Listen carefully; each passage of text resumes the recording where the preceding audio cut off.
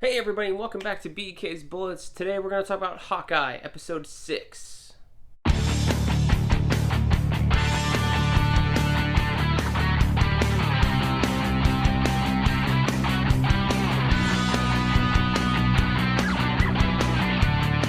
Hey everybody, and welcome back to BK's Bullets. As always, I'm your host, Brent Cassina, and today we're going to talk about the Hawkeye Season 1 finale, Is This Christmas? Now, before we get into the review, let me please ask you to do one thing. Please subscribe. Helps me out, helps the channel grow, lets you know when I drop new videos, all that good stuff. So, some of you think this is Brent's Everything Sucks channel, and I'm here to tell you today that that is not the case with this final episode of Hawkeye. As I predicted last week that the final episode I was actually going to like, and they were going to pull it together and pull a frickin' Loki, here comes Hawkeye episode 6, pulling out all the stops, throwing in all the action, and producing an episode that I actually liked. So, there you have it. Are you happy, Donovan? There are things I did like in this episode. There are things I didn't like in this episode.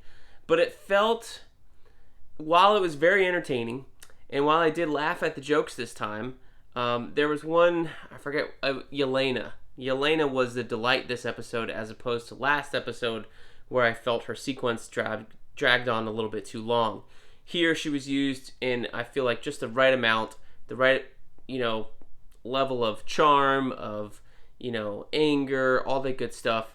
And I really enjoyed how they used her, and I really enjoyed, the scene with her and Kate Bishop, fighting all the time and then stopping and then commenting on their moves or their outfits and, going back to fighting. It felt like a real... the elevator gag really got me because I was just waiting for Kate to do the thing that my kids want to do and be like, just, hit everything down there. So I really enjoyed that bit, that whole thing of her, just grabbing her arm, slapping it away, flipping her around, and then finally, Yelena getting smacked and her going, "What was that?" So, I really enjoyed that bit. So I feel like Yelena and her storyline, her climax was the best one of the show. I'm still not sure exactly why we have all the other elements in the show. They all relate to Kate Bishop, and it's just kind of it feels like instead of telling a story that matters with Hawkeye, with Clint Barton, we got a story where he kind of falls into this thing with Kate Bishop because of the Ronin suit. We think it's about the Ronin suit and about revenge, and it's kind of sort of that as well, but really it's about Kate Bishop's mother, Eleanor Bishop, and Wilson Fisk, who shows up in this episode, and I thought some really weird scenes. I think he was maybe one of the worst parts of the episode, and I know that's going to shock some people, but I gotta say, we go from having Wilson Fisk in Daredevil on the Netflix show, and he was phenomenal in season 1, very threatening, had a very high level of, money, suits, costuming, just a panache, pizzazz, whatever you want to call it, felt very rich, like a freaking billionaire. And then now here, he's coming down, and he kind of has that in that first scene. He's a little bit weird. I think I maybe forgot how weird and how extreme sometimes that D'Onofrio's Fisk can go. And then the second scene we see him in, and the final scene, he's now lost all that pizzazz, that panache, and he's wearing a red floral Hawaiian shirt under his jacket. Are you kidding me? What was that choice? I don't understand that at all. It took me out of it so much that part of Wilson Fisk felt like a parody. What I like about Wilson Fisk normally in the comics, and they did this in the Daredevil TV show too, is that he doesn't stoop to the level of the goons. He will not come hunting for you. He will not engage you unless he absolutely has to. I mean, he has so much money that he will engage other people and pay them to fight you, and then maybe he'll come up to you and kick you while you're down, at the very end or something like that. But normally he does not want to engage in that type of physicality. Whereas this Wilson Fisk was like, yeah, I'll get it on. I'll go fight Kate Bishop. I'll go down there and not bring any other backup other than my tracksuit goons. It felt like a very downgraded Wilson Fisk, and it threw me off because I haven't, and I say this to say, like, I haven't watched Daredevil season 3 in a long, long time since it first came out. Maybe you have. I don't know.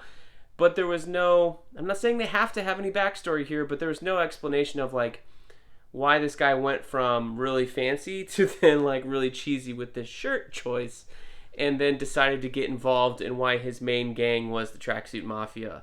It just didn't fit. So I feel like if there's some conversation about Fisk being brought low, or having to start over, and this Tracksuit Mafia was the best he had, although he's being set up as he's always had the Tracksuit Mafia for the last couple of years because of the history with Echo and her dad and Ronan, and that whole storyline just felt very weird. That was like, why is Wilson Fisk the boss of the Tracksuit Mafia? I don't know. And then, like, the whole thing of, like, I own this city is like, dude, you're wearing a freaking Hawaiian shirt. I don't know if you own anything but that shirt.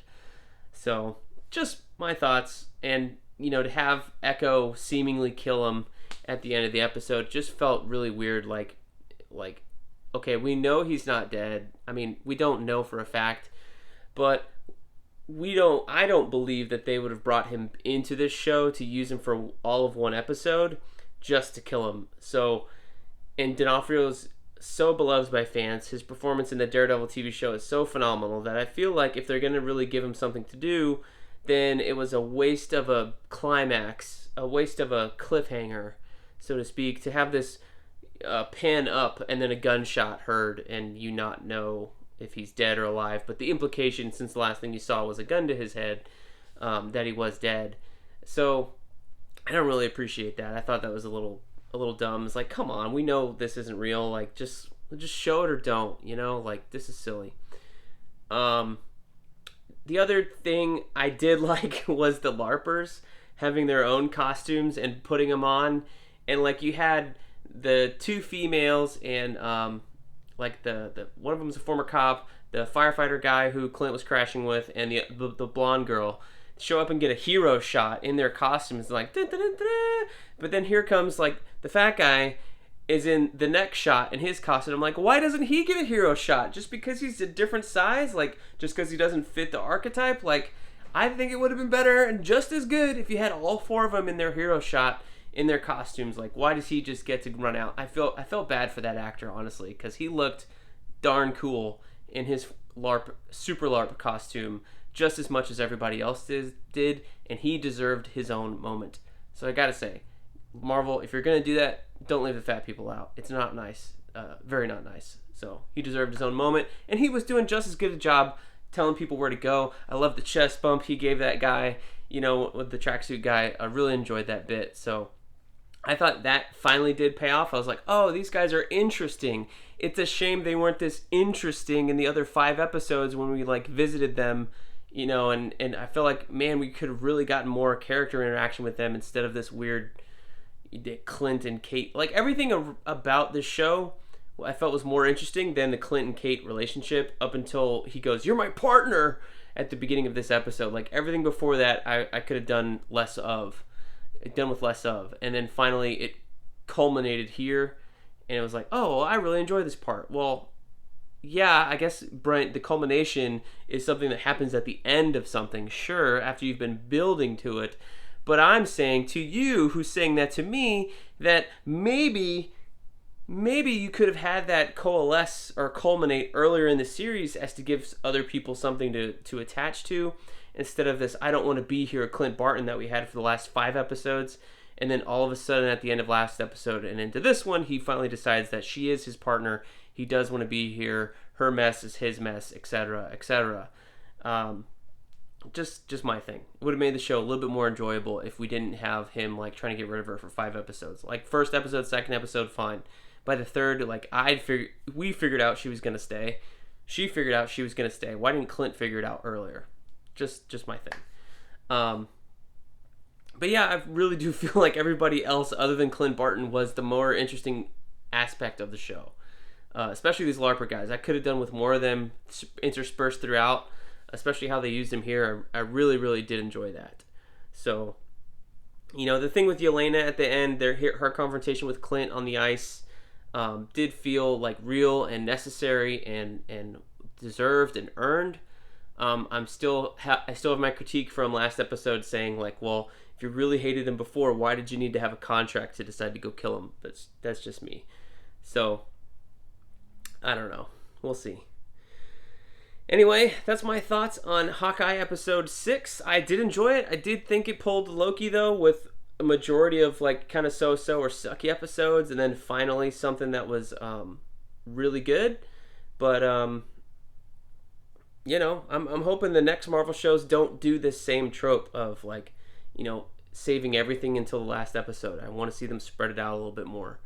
You know, that's something that, like, if you're watching, I was probably talking about this last episode review.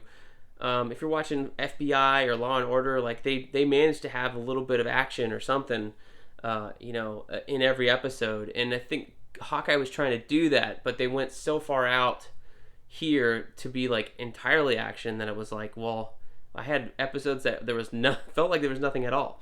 We didn't even talk about the swordsman, how stupid that was. Oh my gosh. The swordsman, there are two things that were really dumb in this episode. Jack Dunesk, the swordsman, all of a sudden being a good guy. Why? And why did we have him be like the fake, you know, the red herring for 5 episodes didn't pay off at all? All of a sudden we're supposed to like this guy?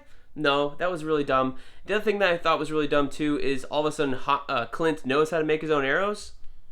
Like, the guy's been supplied by S.H.I.E.L.D. for the last 15, 20 years, and now he knows how to solder and make his own arrows and freeze gas and pepper spray purple gas and all this other stuff. Like, now he's a tech genius too, or a mechanical engineer. Like, the guy's a fucking archery mercenary. I don't believe that for a fact, for 1 second, that he knows how to do all this stuff. At least not this MCU. So those are my last 2 complaints, I guess. There you go, Donovan. I did like it, but I had a lot of complaints. So there you have it.